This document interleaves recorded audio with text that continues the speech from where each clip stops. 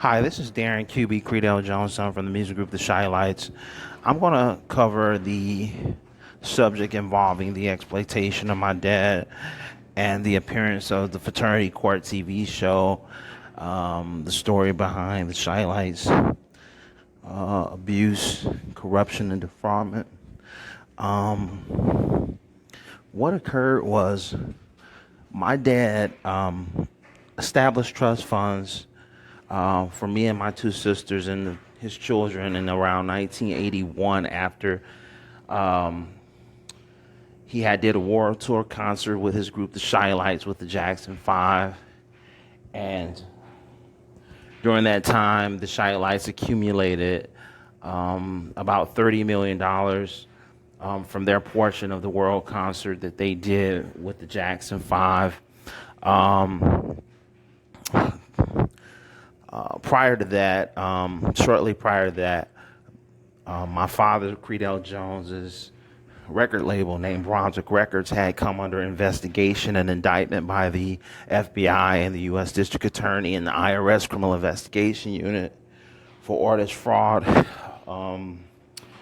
abuse to the legendary entertainers that were black on their label, as well as the money laundering, tax evasion, and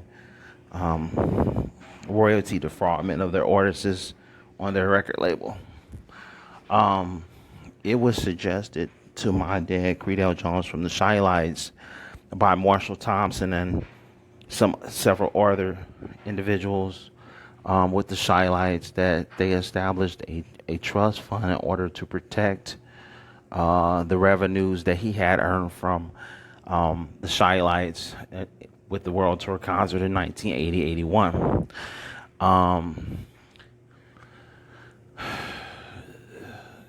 It also was advised to place these monies in trust funds to prevent the organized crime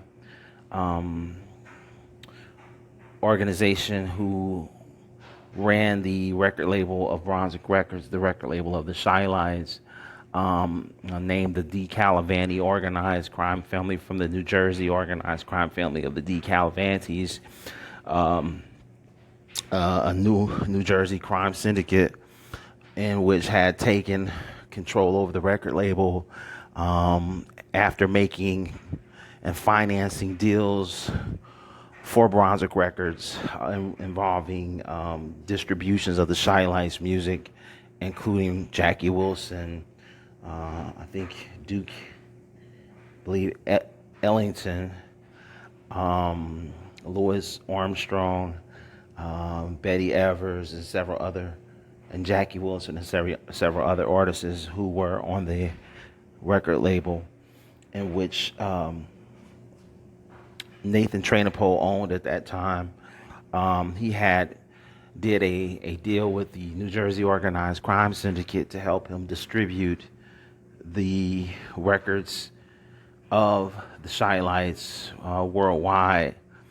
This organized crime family named the DeCalavantis, ran by Simon DeCalavanti, and the underboss, Sonny Vestala, had taken over the record label. And they were using a guy by the name of Augustus Sims, who was the enforcer of this organized crime syndicate, in reference to who carried out the actual threats and physical abuse allegations to the Chi Lites, and who made sure that the artists did what they were told by the organized crime family, and also the owner, the Jewish owner of the record label named Nathan Trainapole, who worked with this organized crime syndicate from New Jersey named the DeCalavantis. So it was during that situation where the FBI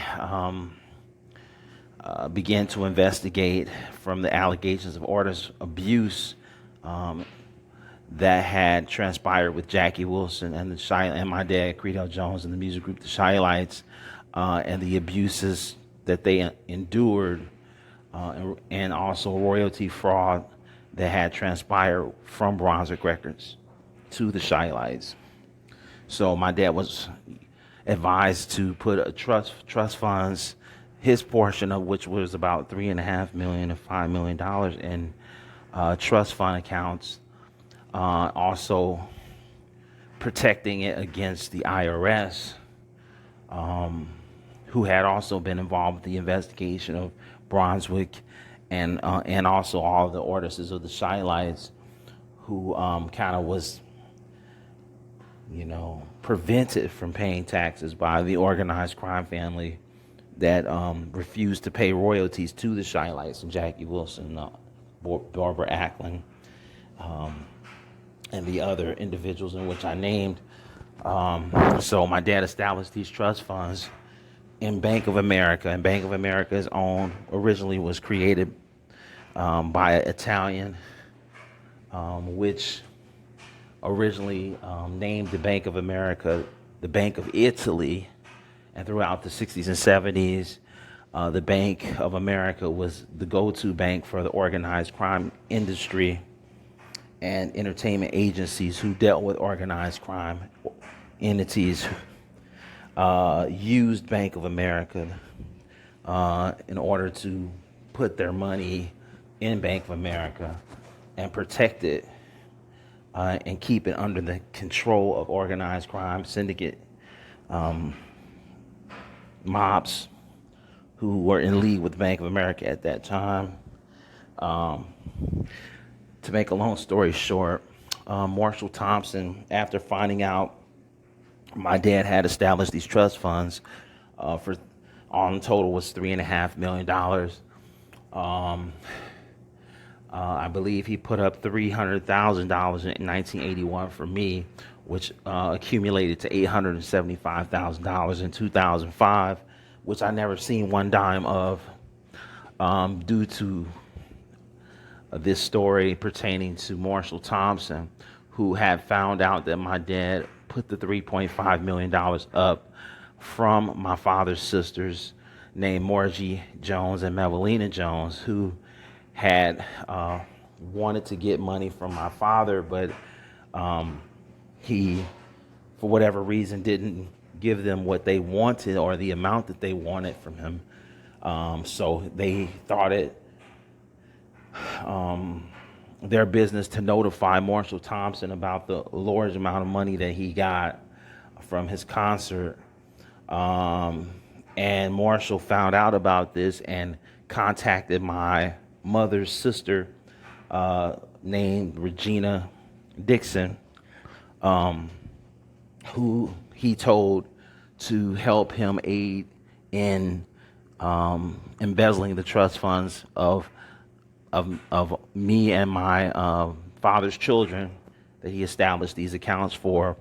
I witnessed Marshall Thompson over the phone and personally, physically, seeing Marshall tell my Aunt Regina to erase the names off of the trustee administrational control over all of the trust funds, and put his name in place of my father's name, Creadel Jones. So he advised Regina to white out my father's name and rewrite his name, Marshall Thompson, in place of my father's name as trustee administrator, and then erase or white out my mother's name, which was Deborah Jones, his wife since 1978. He advised her to again white her name out and place my aunt's name in place of my mother as the secondary trustee administrator as the wife of my father. Then he advised her to basically go in the house wait till my mother and father wasn't home. And I think the babysitter was there babysitting me and my sister. And what she did was waited until my mother and father wasn't there, came in, forced their way through, and took a large trash bags, hefty bags, ransacked the house that we had on in St. Louis, Missouri, on Caroline Avenue. She totally ransacked my father's and mother's bedroom and just took almost $1 million in cash, filled the bag up, and ransacked all the jewelry she could from my mother and father. Even taking my mother's wedding ring, so some of her jewelries that she had, watches and everything. And then I witnessed my Aunt Regina call Marshall Thompson over the phone and say, well, I've got, the $1 million in cash and all of the trust funds worth $3.5 million. What do you want me to do with it?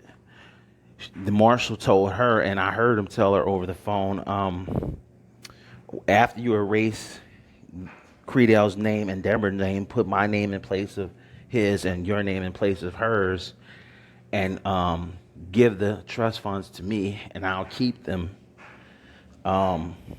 So I seen her take the trash bag full of money, which was almost $1 million, all of the jewelry that she ransacked out of their jewelry boxes, and place them in the bag and just walk out with her husband named Larry Dixon. This lady is from St. Louis, Missouri, but my mother, when she got home, she asked me what happened because the house was completely ransacked. And I said, Auntie went inside your house, your room, and took things. I was about 5 years old. So my mother contacted my Aunt Regina and asked her what happened, and she denied everything that happened. She also contacted Marshall Thompson, and he pretended like he didn't know what happened as well. So my mother contacted the police department, filed a police report in St. Louis, Missouri around 1981. And we never seen those trust fund documents again. I will say that later on, the same lady that you seen appeared on Fraternity Court TV show named Angelia Yarbrough, she used to live right next door, or I should say right across the street from us. She came on there and said that my dad never did anything for her and that he never paid child support. And I want you to do your own research on this, and you can see for your own self that this lady is completely lying. From the first episode that I appeared on after I contacted, and I was the guy who contacted Fraternity Court producers to begin with, because this lady had waited till my mom died and waited till the record company exploited us out of our royalties, and me and my two sisters had to request a advancement loan on our royalties. This was around 2005, I believe. 2005, I believe. And Beyonce had remade my father's song and the Chi Lites song, Are You My Woman, that my dad led sing on. He led that song, and that is another story. I'm going to explain how Beyonce and Jay-Z got involved with this. But as I said, we were supposed to get $375,000 in royalty from the Beyonce and Jay-Z remake that my mother never got, and me and my two sisters never received. The record company owner named Paul Trainapole, which is the son of Nathan Trainapole, actually stated after my mom died that $375,000 was supposed to be paid in royalties, and He claimed that he had already got the royalties from that, and that he was going to distribute them to the attorney J.B. Ross in Chicago. I waited. My mother waited up until she died and never got any trust funds. Any royalties, and she wound up dying penniless, waiting on that. The royalties any that I or my mother or two sisters ever received was only $2,500 a year, and we had to actually go to the police and the FBI in order to have an investigation done from the defraudment of the royalties that we were receiving after our dad died in 1994. He died homeless and destitute in Glendale, California, after being separated from my mother from their marriage since 1978. I believe my dad was basically on the run and running for his life from Marshall Thompson. Marshall had so much control over my father. He basically had my dad living with him after he stole all these trust funds, which was $3.5 million in 1981, and claimed he never knew anything about it or had anything to do with it. When my dad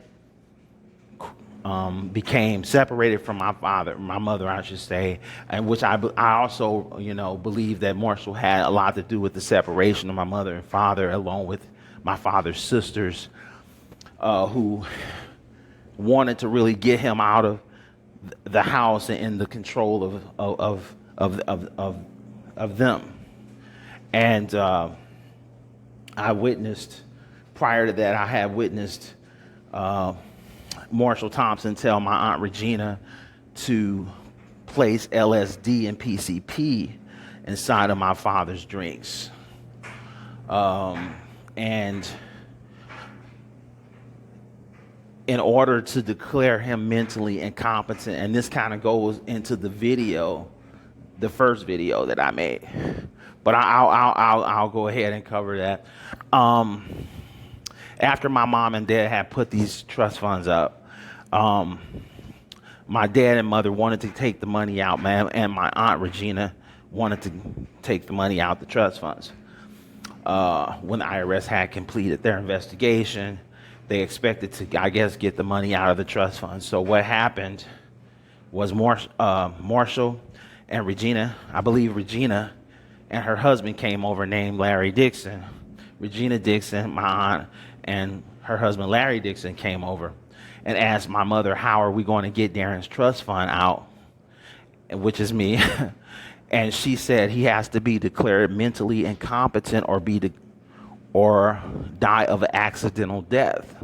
So she told my mother, if you don't have the guts to do it, I will. So my mother began to cry along with my dad, which was also present there at the same time. And my aunt told me, she says, go into the bathroom and wait for me. And I said, Mom, do you want me to go in the bathroom and wait for her?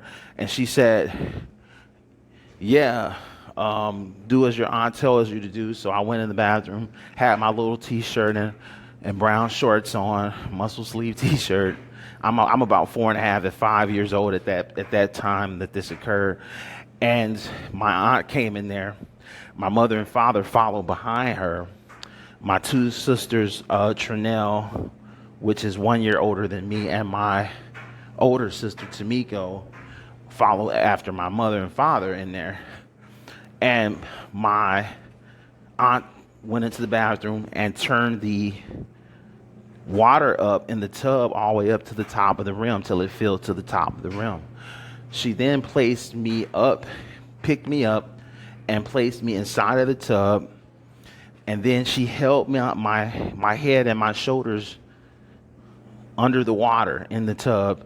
So she held me down in the tub by my head and shoulders until I drowned to death. I died and was dead for about 5 minutes. My mother began to cry, and my father was crying as well. And my mother said, "You didn't have to drown him." And she picked him up. She picked me up, and my dad took me from her and tried to, I guess he tried to, use CPR. And he basically took me to the living room and laid me on the living room floor and began to use CPR at that time. And he told my mother, call the ambulance, call the ambulance. So she did. And to make a long story short, the ambulance came. It was a Caucasian male and an African-American female. After the African-American female used CPR for about 2.5 minutes or so, 3 minutes, she said, he's not coming back. He's dead. He's dead. I'm sorry, your son is dead. I did everything I could. So the Caucasian paramedic says, "I'm not going to, give up on him. I'm not giving up on him. I'm not going to give up on him." So he began to use CPR and started to pump my stomach as he used CPR and oxygen masks. They also used a machine to try to shock my heart back, and I basically died again for about 5 minutes, and I was resuscitated by this guy who didn't give up and continued to use CPR until he revived me. I had a spiritual experience from that, but I'll elaborate that on my spiritual experience, my after-death experience that I had there, looking at my body lay there as my father used CPR on me, and I'll talk about that in another video, but I want to kind of stay on the subject of this. So I was revived by the EMT paramedic, and what occurred from that point is my mother began to get in a fight with her sister who had attempted to kill me and drown me in her tub. And she said, "Don't you ever come back here. I don't never want to talk to you or see you again. You tried to kill my son. This is unforgivable." So a short time passed. I would say several months passed, and this is when my Aunt Regina decided to take it upon herself to steal the trust funds, because she and Marshall Thompson had no other choice but to steal the trust fund documents after the alleged attempted drowning did not work. And I also seen Marshall Thompson from the Chi Lites tell her, when she was allowed to come back to the house, she called Marshall on the phone in our own home that she tried to drown me in. And she said, "What do you want me to do now, Marshall?" And Marshall says, "I want you to put, LSD and PCP in Creadel's drink, and we'll try to declare him mentally incompetent to take over the trusteeship now." That's when I witnessed Regina place LSD and PCP numerous times. I would say over more than a dozen times in my father's drinks while visiting my mother and father at our home in St. Louis, Missouri on Caroline Avenue. After I witnessed her do this, she had placed LSD and PCP in his drinks and told my mother to call the ambulance because he's going into a schizophrenic episode. This schizophrenic episode that she stated my father was going on was due to the fact that she had placed LSD and PCP in his drinks. And so I guess my mother didn't know what to do, so she just called the ambulance. Marshall and Regina began to create this rumor about him being schizophrenic. Eyewitness Marshall Thompson also paid the doctors and psychiatrists at that hospital large, what I seen him physically do, and I actually physically seen him do this. He took a paper bag, like a lunch bag, if you will, filled with money, and gave it to some of the psychiatrists that worked at the hospital, and told them to write up a schizophrenic diagnosis on him. And then another occasion, I see him pull out my father wound up staying at this hospital for over a month or so. So when me and my mother let's say my mother brought me to the hospital to visit my father there. And Marshall was there too. And on that occasion, I had seen him pull out a briefcase. And it was, it was pretty filled with money. I don't know how much money was in it, but it was thousands upon thousands upon thousands upon thousands of dollars. And he gave it to the doctor right in front of me. I guess he thought because I was 5 years old, I wouldn't even, understand what was going on. A lot of this, due to my age of being so young, I don't think they felt that I had the comprehension to be able to comprehend what was going on in front of me at that second. So he openly gave the doctors and some of the medical staffs at over 2 different hospitals that I seen him do this at. And this was at Barnes and Jewish Hospital in St. Louis, Missouri. And it also was at Malcolm Bliss Hospital in St. Louis, Missouri. Where I seen him do this was at Barnes and Jewish, as well as at, I think it was at Malcolm Bliss Mental Hospital. So I seen him do that right in front of me. And I heard him tell them, I want you to to declare him mentally schizophrenic. And then give me the paperwork on it. That's what I heard him do. And then I seen him give them this briefcase of money. That's what I seen him do.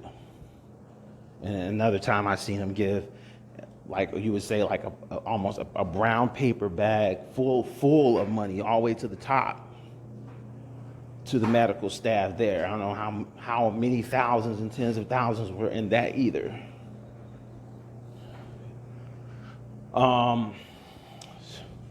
So this is the story that I'm reporting about Marshall Thompson. So getting back to what I was saying earlier when I said that I believe that my dad was on the run from him.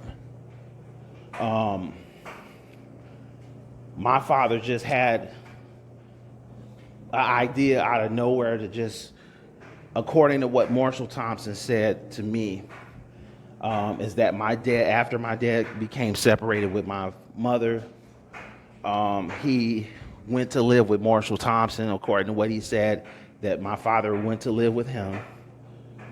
And out of nowhere, my father just decided to move to California, and that when he decided to move away from Marshall Thompson, he became homeless when he decided to move out there.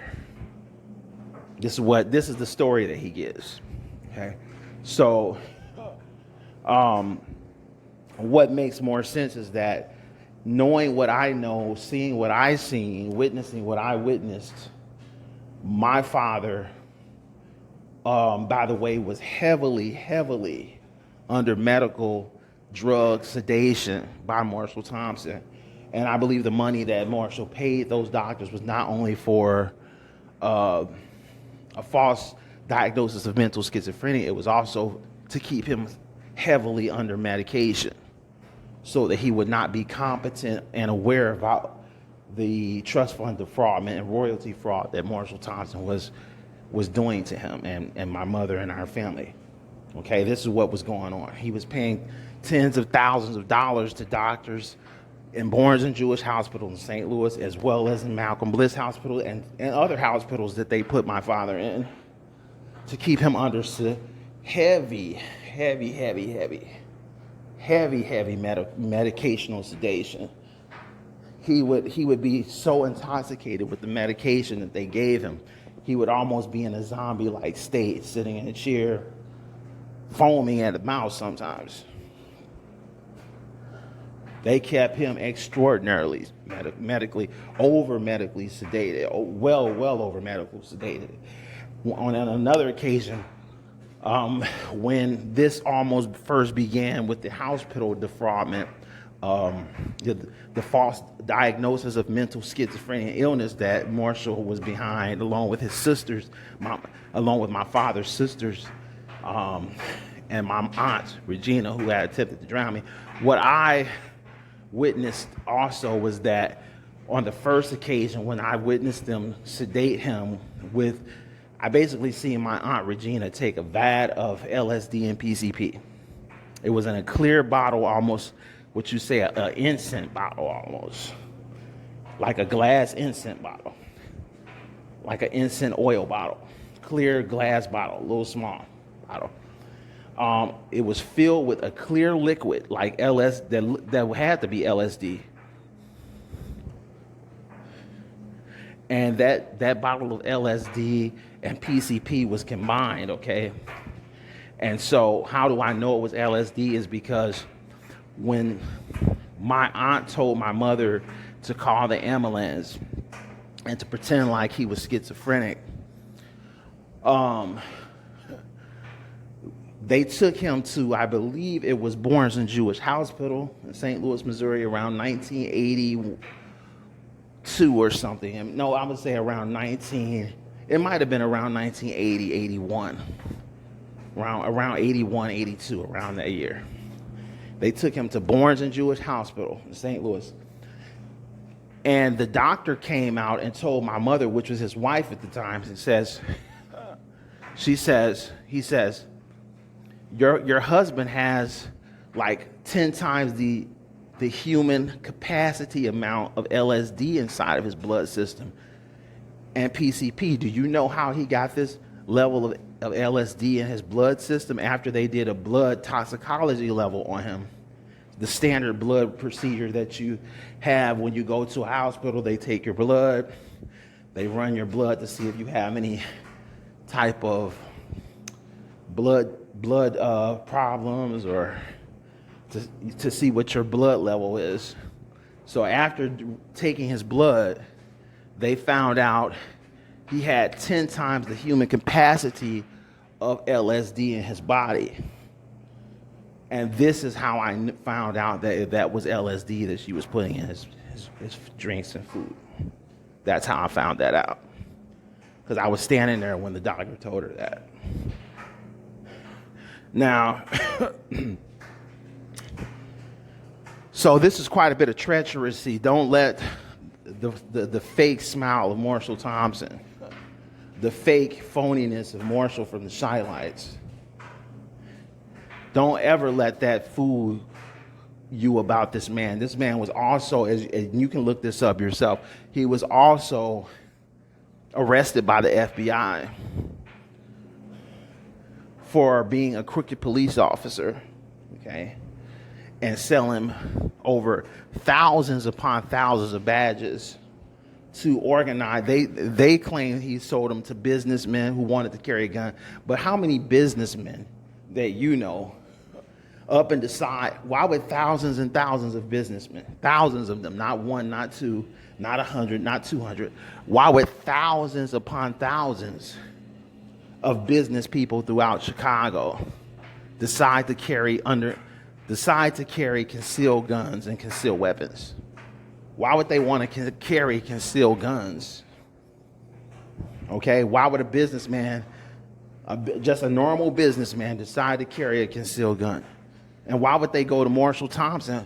How would they know to go to Marshall Thompson at that time as a Dexmar police officer? How would they know to go directly to this officer to buy a police badge so that they could carry guns. So bottom line is that this guy was involved with the DeKalb, New Jersey organized crime family. He was a bag man, and then you can look this up yourself. The FBI called him a bag man for the front of selling police badges to quote unquote businessmen in Chicago. But these businessmen were mafia figures throughout Chicago, Illinois. So he was giving the mafia, the Chicago mafia, police badges. Okay? And the mob had been buying police badges from the Dexmoor Police Department. And he was the bag man for them. He picked up the money for them and he gave them the badges in exchange for money. Millions and millions and millions and millions of dollars. So don't ever fall for this front that and that's all it is a front that he gives, a fake front. He's a treacherous gangster. In my opinion, he's a treacherous gangster. And I don't want to. During the FBI investigation in around 1970, late 70s, early 80s, of the record label of Brunswick Records, I also, and I'm going to go ahead and say this, I witnessed Marshall Thompson, and I witnessed him do this. Believe me, I would not dare make an accusation on him without having witnessed these things myself from him. Now, I witnessed him give over $2.5 million to the FBI investigator, the leading investigator that investigated Brunswick Records and that had investigated the Chi Lites and the Brunswick Records, mainly Brunswick Records, for the defraudment and abuse and the theft of royalties and payolas of DJs all over the United States and the world. These people were paying off DJs. Now, there was a common practice in the music industry at that time. So I witnessed Marshall Thompson deliver $2.5 million in a briefcase directly to the FBI leading investigator and the attorney general that resided over that. Then Marshall had came, and how did I witness this? Is that this FBI agent, several FBI agents, not one, it was like about 3 of them, had came to our house, these FBI agents, and also some of the IRS criminal investigation agents that were over the case too. They came to our house and had a meeting with my father and mother and Marshall Thompson and all the other, and Eugene Records was there, and Robert Lester from the Chi Lites were there. These are the people that were there, and the owner of Brunswick Records, Nathan Trainapo. All these people were there that I named. Now, this FBI agent said, "We have you guys on tape." Now, I'm going to tell you what they told him in front of me. They said, "We have you guys on tape and video on the payolas of DJs, and we have evidence, strong evidence against you. We can make all of this go away if you pay us $2.5 million. And this is what the FBI leading investigator told Marshall Thompson and the owner of Brunswick Records, and my father. He told all of them that, and Robert Lester and Eugene Records that, while at our house.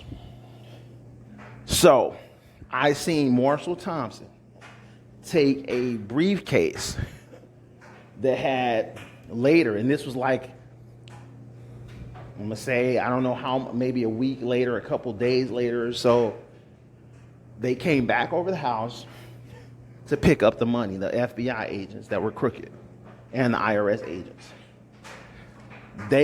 Marshall Thompson gave them a briefcase with $2.5 million in it in cash money. And he gave the IRS agents, I believe, over $2 million, $2 to $3 million.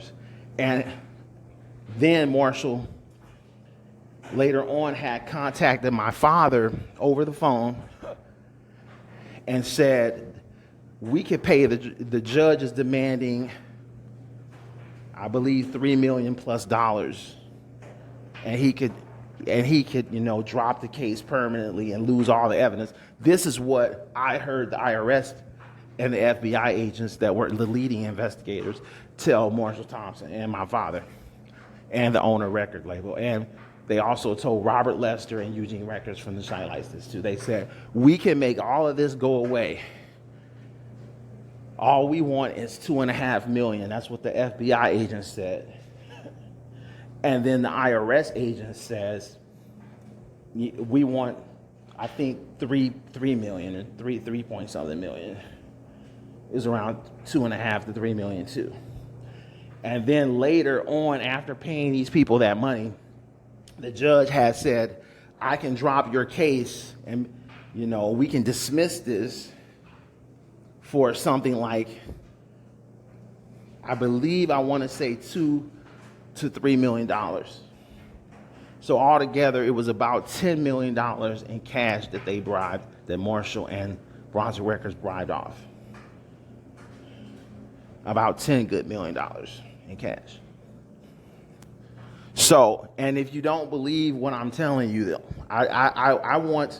don't accept what I'm saying at face value. I want you to also look up the Brunswick Records FBI investigation.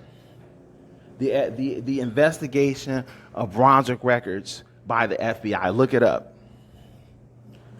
And you will see that the FBI agents and the judge who resided over this case, after they did an investigation on them for over 10 years. This investigation was 10 years of data, of evidential documentation and video surveillance and audio phone tapping surveillance that they had on the Chi Lites, and they had on Marshall. Primarily it was on Marshall Thompson and the owner of Brunswick Records, Nathan Trainable.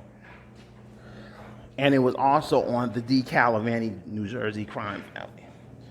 Okay?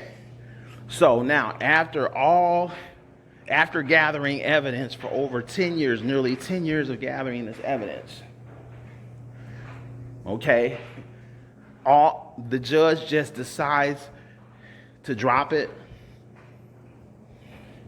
And then it says in documentation by the FBI had to drop the case because they lost all the evidence against Brunswick Records and Marshall Thompson. Now, this is in the writing of the FBI, not what I'm saying, not my opinion, not newspapers' opinion, not magazine opinion, not media investigators' opinion. This is what the FBI reports, that they subsequently lost over 10 years of evidential investigation documentation on this record label, Brunswick Records. And if you look up Brunswick Records, BRUNSWICK Records, you will see they have never, ever reported any net worth ever. Brunswick Records has never reported the record sales and made public of the record sales of the Chi Lites. And they have never made public the record sales of Jackie Wilson.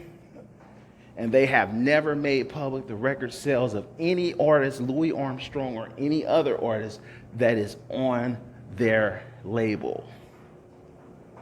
And this was all because the FBI agents took $2.5 million of cash in briberies, and the judge took another $3 million in cash. $2.5 to $3 million in cash. And then the IRS took $2 to $3 million in cash too. Altogether, it was around $10 million in bribery, because they also paid off the jury at that time too, that resided over the whole case. So they paid a good $10 million in bribery, and this was around 1980, 81. So $10 million in 81 is like $40 million, $40 million in today's cash market value today. That's the equivalent of an entertainer giving $40 or $50 million in cash to buy off his acquittal. Okay, so this was a major cash bribery scam. And they have gotten away with this since the bribery was given in 1981. Okay? They've been getting away with this for over 40 years.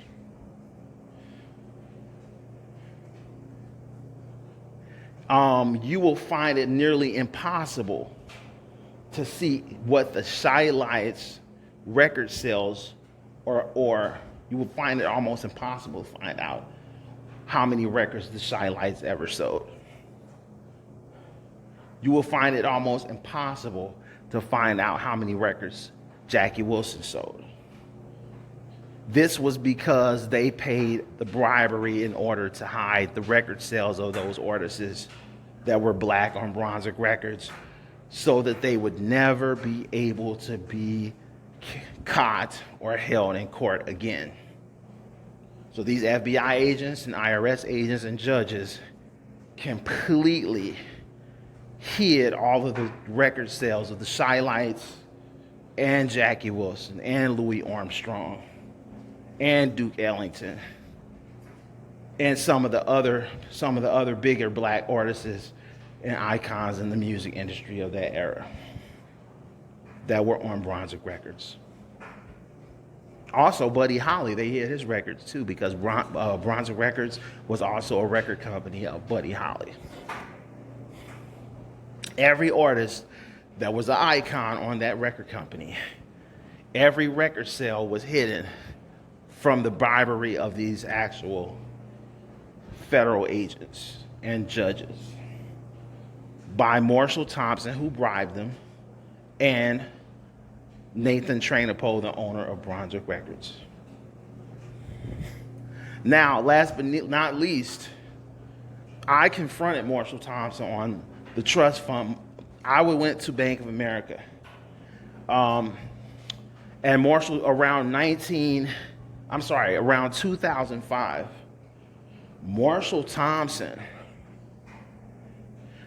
was under the IRS criminal investigation since 2001.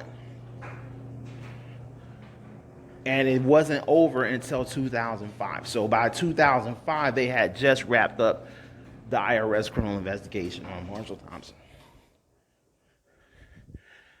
Upon wrapping this case up, I was establishing a checking account for myself in Bank of America at 6300 Sunset Boulevard, Hollywood, Los Angeles, Hollywood, California. A banker by the name of Troy Gardner was the actual banker who established my own personal account with Bank of America at that time, around 2000, around September the 17th of 2005. It was upon this very same day that I was establishing my own personal account at Bank of America that Troy Gardner, the bank manager and bank representative, personal banker, had spotted my trust account that my mother told me had been stolen by my aunt. And she always told me that my Aunt Regina and Marshall Thompson had stolen the trust funds out. So I never even thought about looking for them. But when the IRS had froze Marshall Thompson's bank account in 2005, after they investigated and found out he was stealing royalties from the Chi Lites and hiding, refusing to pay taxes and tax evading and money laundering, they froze all of his control over his accounts in 2005. And at the same time, Marshall banked with Bank of America, the very bank I was at establishing my account. So because they had frozen his power of trustee, all of his power and control over all of his accounts were frozen by the IRS, they were able, that also included the trust funds that he had illegally forged, that he and my aunt had illegally forged in order to control the trusteeship over my own trust fund. So when I was in the Bank of America, they said, oh, you have $875,000 that's in this bank. We can give you the $875,000 now. Troy Gordner told me this. I can give you the $875,000 now in a certified check right now. That's what he told me. But there are two different trustees that are on this account. And in order for me to give you a certified check with the balance of this account, because this account has been dormant for over 30 years, is what he told me. It's been in the bank since 1981. I was told about my account in 2005, so that's over 20 some odd years. It stayed in the bank over 20, I believe 25, 26 years at that time.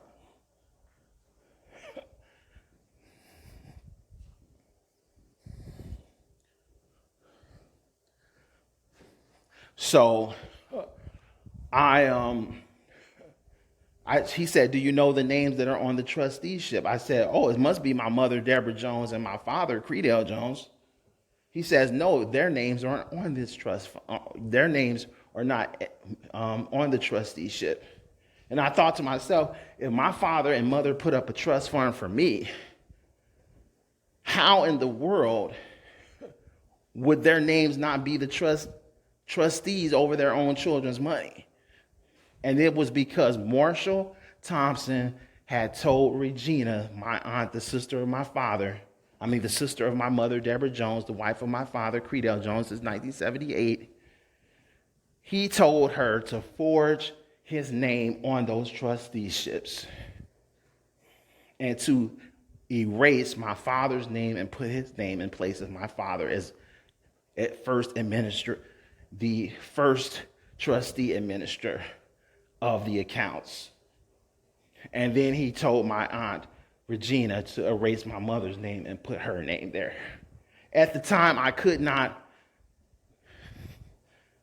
recall at that second all of what had happened in order to tell him the right names. I said, if it ain't my mother and father, then who could it be? So it took me a while to remember, because at that time I was only 4.5 to 5 years old. It took me a while to remember the whole story of why their names were not on their own children's trust accounts as trustees. I was the beneficiary of my own account, and my father was the trustee, and my mother was the secondary trustee. Creadel Jones is my dad. Deborah Jones is my mother. Married since 1978 in St. Louis, Missouri.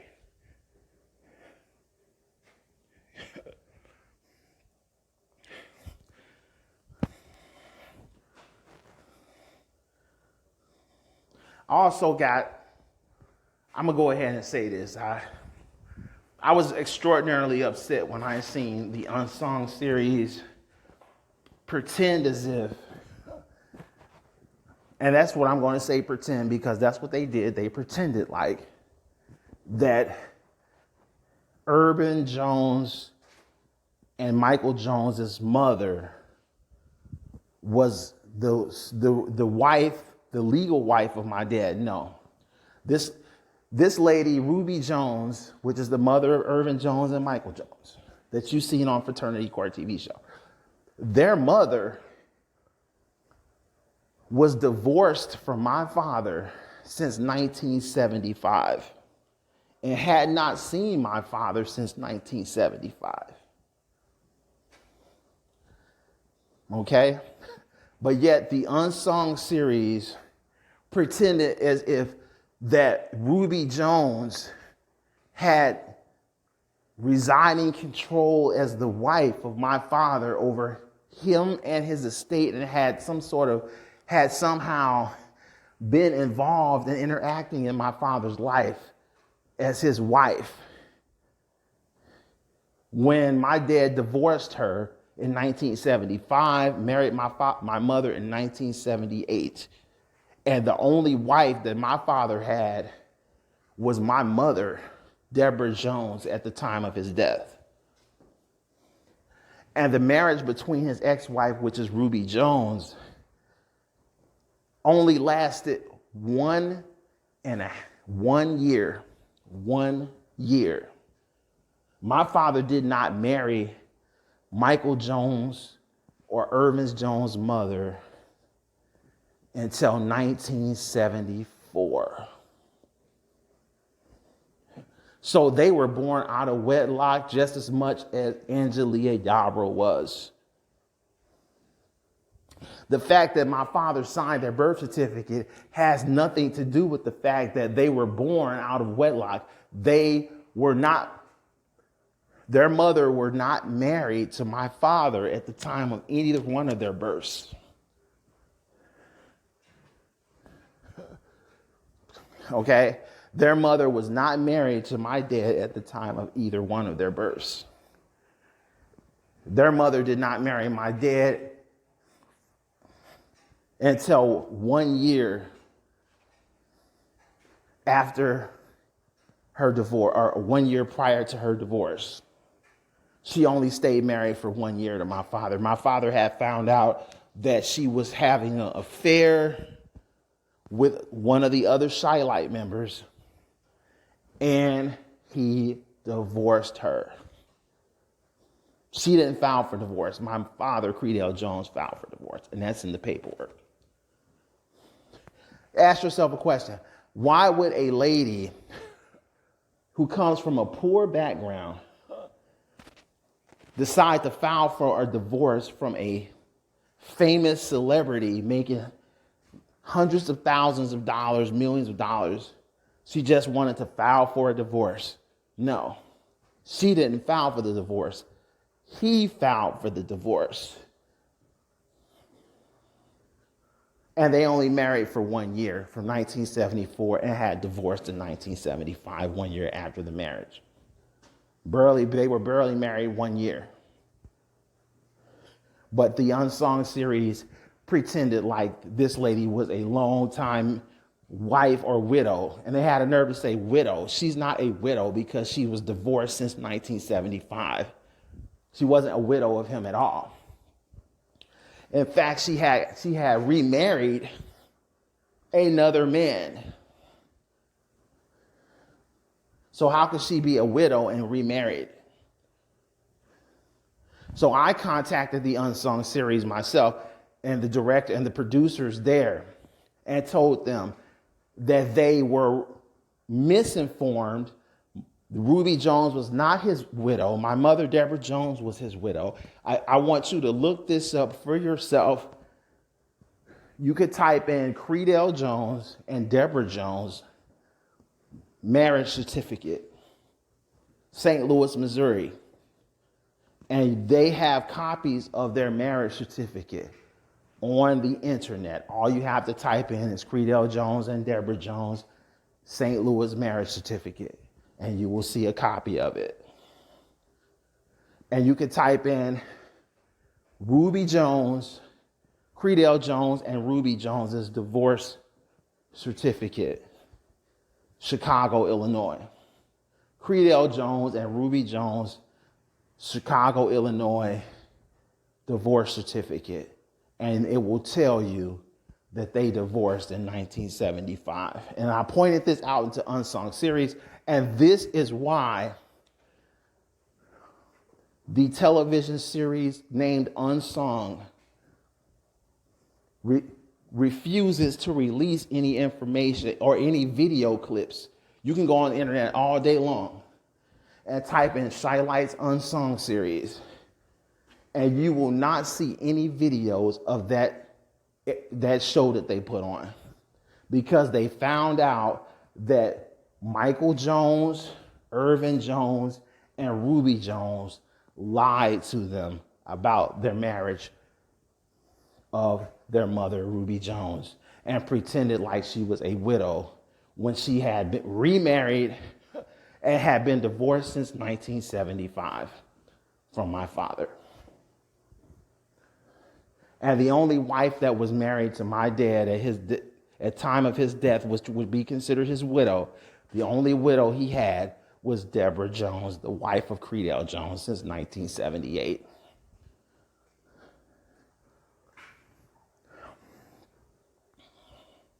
So I made them correct that. And this is why you will not see the video of it, or any videos of my dad's and the Unsung series on the internet anymore. Because that would be considered fraud. That would be considered fraud. They cannot, by the law, put misinformation out that they know is legally incorrect. So they have to pull it off the whole entire internet. Now let's go to the Fraternity Court TV show. A lot of you people have been asking, why don't Judge Lauren Lake show the original episode? And I'm going to tell you why she won't. First of all, I contacted Judge Lauren Lake in the Fraternity Court TV show. I was the only son or child of my father, the only child to have contact a television show in reference to doing investigations and fraternity investigations upon the story of my dad and my family from the Chi Lites. So I contacted Fraternity Court TV show. I also contacted Oprah Winfrey and other Ricky Lake and other entertainers, Steve Wilkos, and the Murray Show. I contacted quite a few different shows, but Judge Lauren Lake was the show who decided to take it. So when I contacted the Fraternity Court TV show, I told them that Angelia Yarbrough, her maiden name is Angelia Williams, not Angelia Yarbrough. Yarbrough is her married name. Had stated that she was an illegitimate daughter of my dad, and has said she was not interested in royalties or revenues. But even though she stated she had no interest in getting royalties, she still waited until my mother died and waited until me and my two sisters was left in so much poverty from the exploitation of the legacy and revenues of my father and our family from the Chi Lites, till we had to get loans on our future royalty rights from the attorney Jay Ross, which was in Chicago. So once we signed these future royalty loan rights on what didn't amount to more than maybe a little over $10,000, that was divided amongst three of us. So I got about $3,500. So for $3,500, I had to sign a royalty loan. I had to temporarily sell off my royalties to get $3,500 as a royalty collateral loan on the royalties that we own from the Chi Lites. Neither one of us got us $3,500 each. So she waited till we got so poor we had to take such a ridiculous loan on royalties that should be worth millions of dollars from the Chi Lites. That's how much we were getting cheated. We were only making $2,500 a year. Okay. And they didn't want to pay us that most of the time. So she waited until she thought the royalty estate was out of the hands and into the hands of the attorney. She waited until my mother died in such poverty. I had to get the loan because of that to pay for her funeral.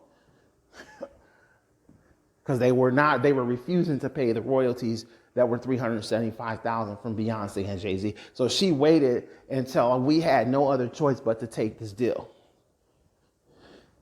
Then she went to the Chicago probate court and tried to take out a probate estate after she felt the royalties control was out of the hands of me and my sisters after my mother died. This is why I contacted Fraternity Court Television Show. Because this lady was after money. She was treacherous. She was a liar and a cheat from the beginning. And I told you people when I was on that show, that she is after money, and so is Michael Jones and Irvin Jones. And I made it very clear about that. You people argue with me and call me, oh, how could you? She's your sister. She came on the fraternity court. Let me tell you this. She came on the fraternity court show and said, my dad never gave her nothing. And I want you to do your own research. Look at the first episode. This is another reason why Judge Lauren Lake took the whole entire video clip off the internet, because it was on the internet. She took it off because she knew that people would cross-examine that video. And any other future appearances that she would have from anybody else stating that they were illegitimate children would be cross-referenced with that video. That's why she took that off of there. She didn't want evidence showing that she was a liar along with Andrea Yarbrough. And they were all involved with royalty estate fraud. Now, let's go back. On the original video clip, which she took off so you can't see it, she's going to have to put it up there anyway. On the original video, Andrea said, Darren and his sisters and mother received all the royalties and all the financial support that his father gave him. They received all kind of financial support. Then on the second appearance on the Fraternity Court TV show, she comes back and says, oh, my illegitimate father, Creadel, would send money to us all the time. This is out of her mouth. On the first episode, she says she never got a cent from my father, right in front of the television camera. She says he never gave us, me and my sister, anything. And Darren and his sisters was getting all types of financial support from our father, but we never received anything. And then on the second appearance, she says, oh, yeah, our illegitimate father, she says her father, Creadel, her illegitimate father, Creadel,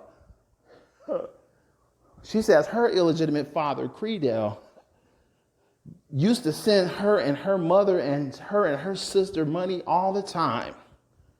The contradiction right in front of your face that she's saying. And they made it look like, Fraternity Court TV show, they made it look like that I was the young son of Creadel Jones that received all kind of financial support, but she just was an illegitimate daughter, and she just wanted her little portion that she deserves as a child of my father that she doesn't give a fuck about. And she even told me she didn't give a damn about him before we got on the show. Now, I'm not finished though. One of the original producer named Tyler that helped organize the show and my appearance on that show from the first episode of Fraternity Court TV show, they fired this lady. This lady wound up being fired. When I got to Hollywood, California, I was told, I said, where's the producer that I was talking with over the phone, the one that organized it all? She says, oh, she's been fired. I said, you fired Tyler? Tyler was fired? She said, yeah, we fired her. Because she did not want to go along with the mockery of me being on the Fraternity Court TV show, which they turned into a mockery of exploitation toward me as the son of my dad from my mother, which is his legal binding wife. They even pretended as if I was an illegitimate child when my mother's married to my father and been married to him since 1978. So, and then had a nerve to question my DNA. I want you to take a look at how I was treated compared to how this triplet guy was treated. Take a look at that. I'm the one that contacted Fraternity Court TV. I'm the one that called them. I'm the one that organized everybody's appearance on there from the first episode. I'm the one that suggested that Michael Jones come on there as a secondary DNA support.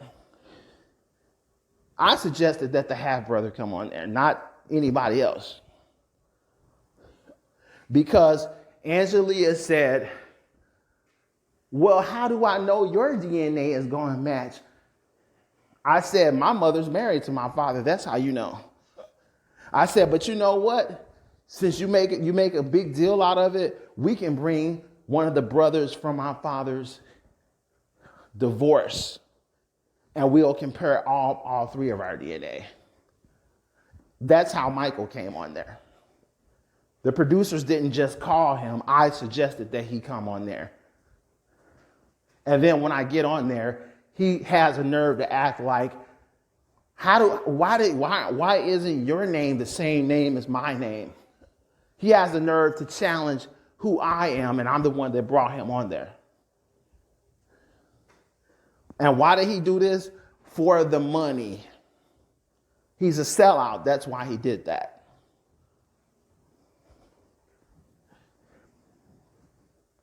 I didn't have a high opinion of him from the beginning, and I still don't. Because how can you act like you're entitled to something when your mother is divorced from my father, haven't seen my father since 1975, had hundreds of thousands of dollars in divorce settlement, you have been paid child support and had even divorce settlements given to your mother. But yet you think you're entitled to a estate left by my father for me and my two sisters that our mother was married to since 1978? You're in it for the money. And so was that bitch named Angelia Yarbrough. So now you see the truth that comes out from the beginning. You had a nerve to say I was wrong for questioning this lady after what I explained. And had a nerve to say, oh, she's just a poor illegitimate daughter. She's not in it for the money. How dare I turn my back and question her? When this woman put into the same situation that I'm in on the Fraternity Court TV show on the second episode, did the very same thing that you're saying that I'm guilty of doing, she did herself. Now, what sense do you make as a people of intelligence from the beginning? Sometimes I want to say this. people just don't want to accept the goddamn truth. And I'll leave it on that note. When you people tell the truth, no, when you hear the truth, recognize the truth when it's told to you. The truth, in fact, the truth speaks for itself.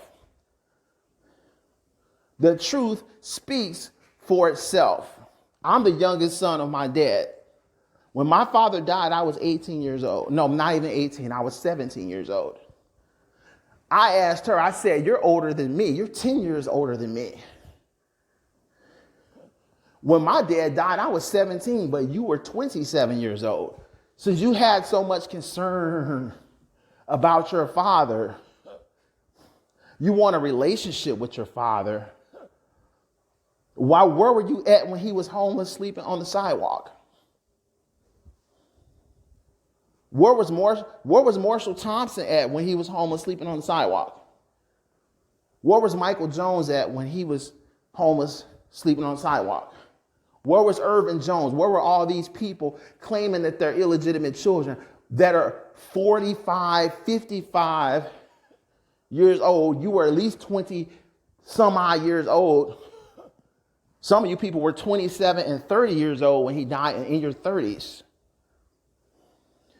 So since you want so much from your father, where were you at when he needed something? And what is a 16 or 17-year-old supposed to do when his father is exploited and left homeless? So don't give me this bullshit about what I should have did and I shouldn't have done at the age of 16 or 17 years old. When these people are in their 20s and 30s and could have got off their greedy ass and went to see what was going on with their quote unquote father that they don't give a fuck about. And then I want to bring this up. I want to bring this up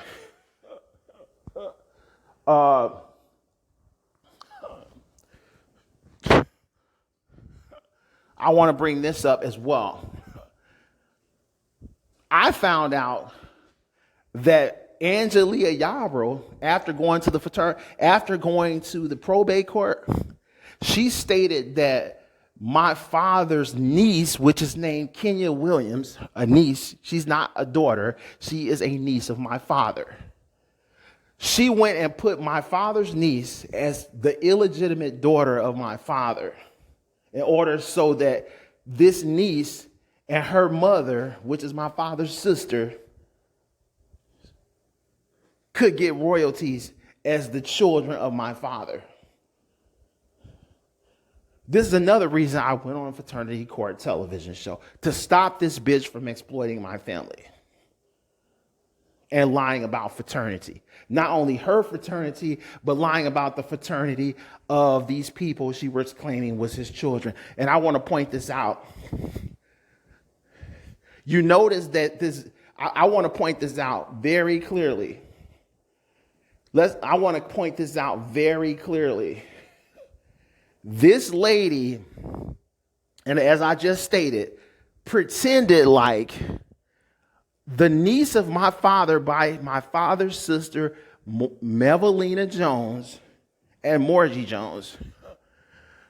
She pretended like the niece of my father was his illegitimate daughter. And when I came on, right before we came on there, I was in the studio waiting to come in there. I should say a day before I got there, I said, "Are you going to bring your sister with you that's claiming that she's illegitimate, that you put on that estate? Are you going to bring this lady that you're saying was your sister and also illegitimate on there to take a DNA test?" She says, "Oh no, Darren, I can't do that." I said, "Why not? You're taking a DNA test. You're saying she's an illegitimate daughter. Why come she can't take a DNA test with you?"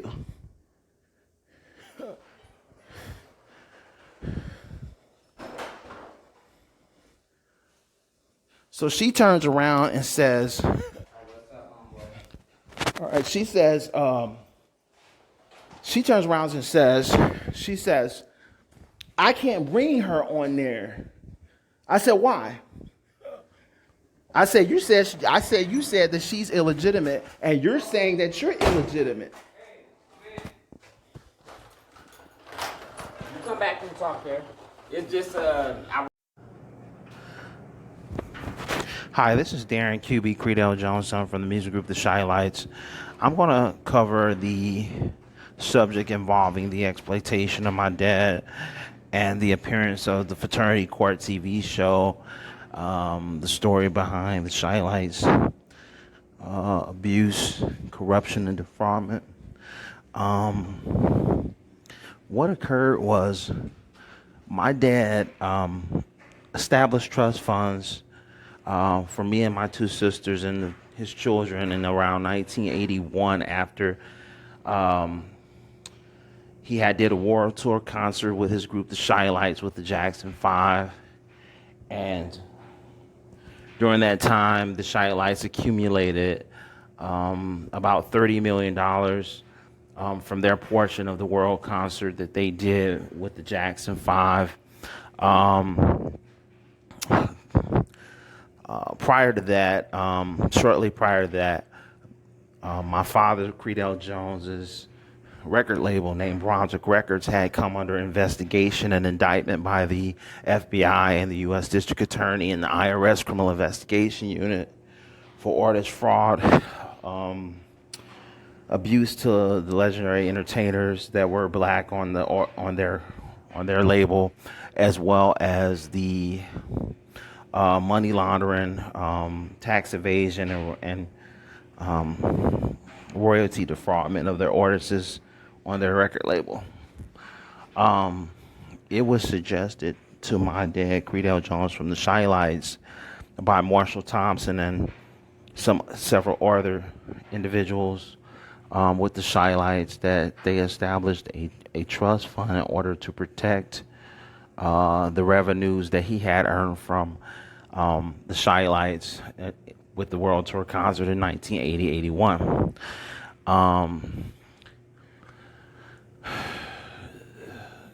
It also was advised to place these monies in trust funds to prevent the organized crime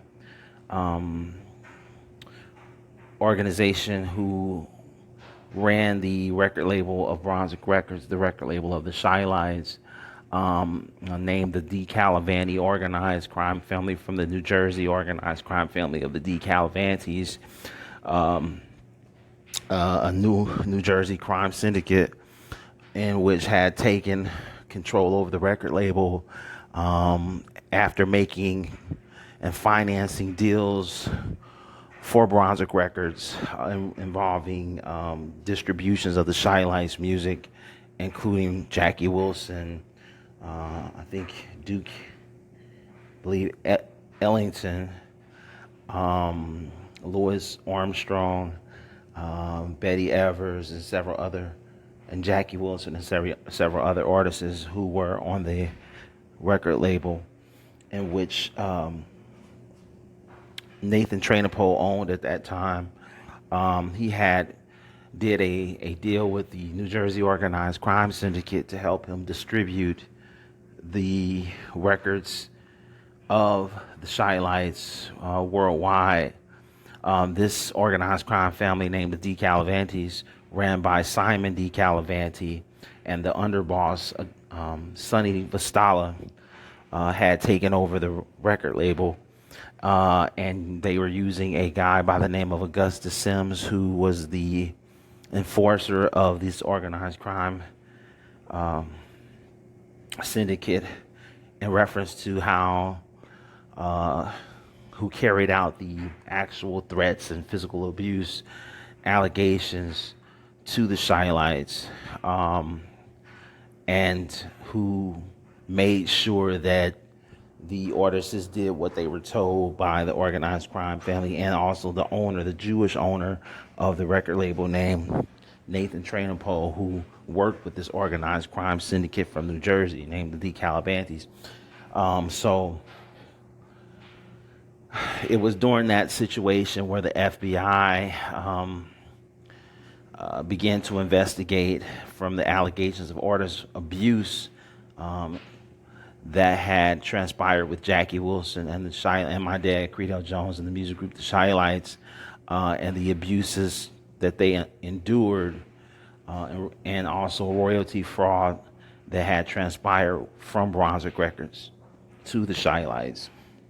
So my dad was advised to put a trust funds, his portion of which was about $3.5 to $5 million in trust fund accounts, also protecting it against the IRS,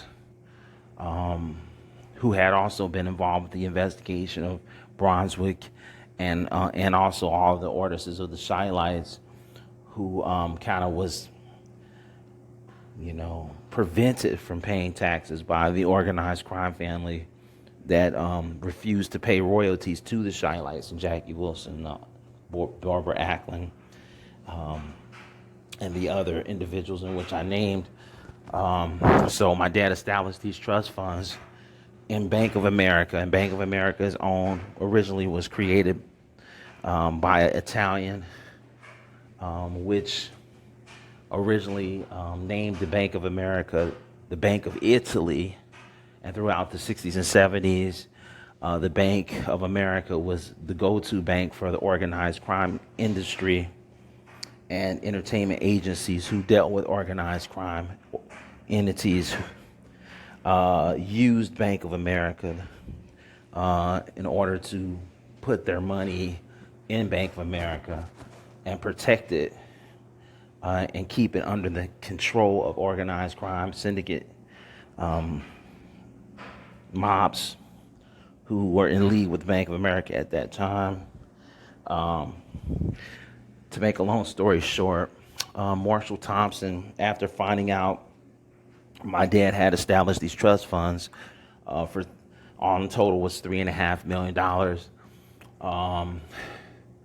I believe he put up $300,000 in 1981 for me, which accumulated to $875,000 in 2005, which I never seen one dime of, due to this story pertaining to Marshall Thompson, who had found out that my dad put the $3.5 million up from my father's sisters named Morgie Jones and Melvina Jones, who had wanted to get money from my father, but he, for whatever reason, didn't give them what they wanted or the amount that they wanted from him.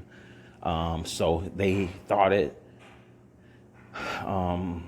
their business to notify Marshall Thompson about the large amount of money that he got from his concert.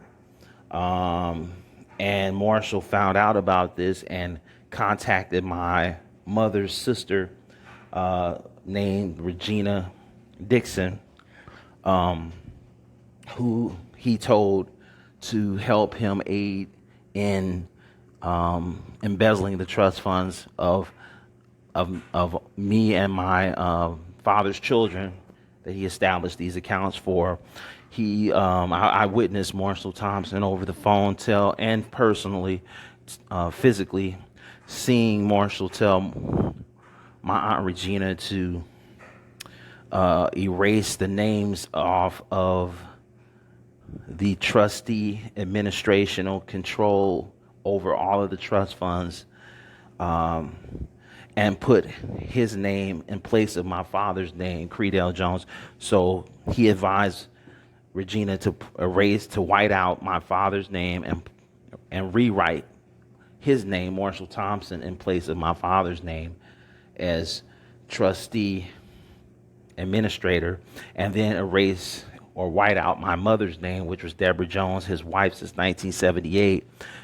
He advised her to again white her name out and place my aunt's name in place of my mother as the secondary trustee administrator as the wife of my father. Then he advised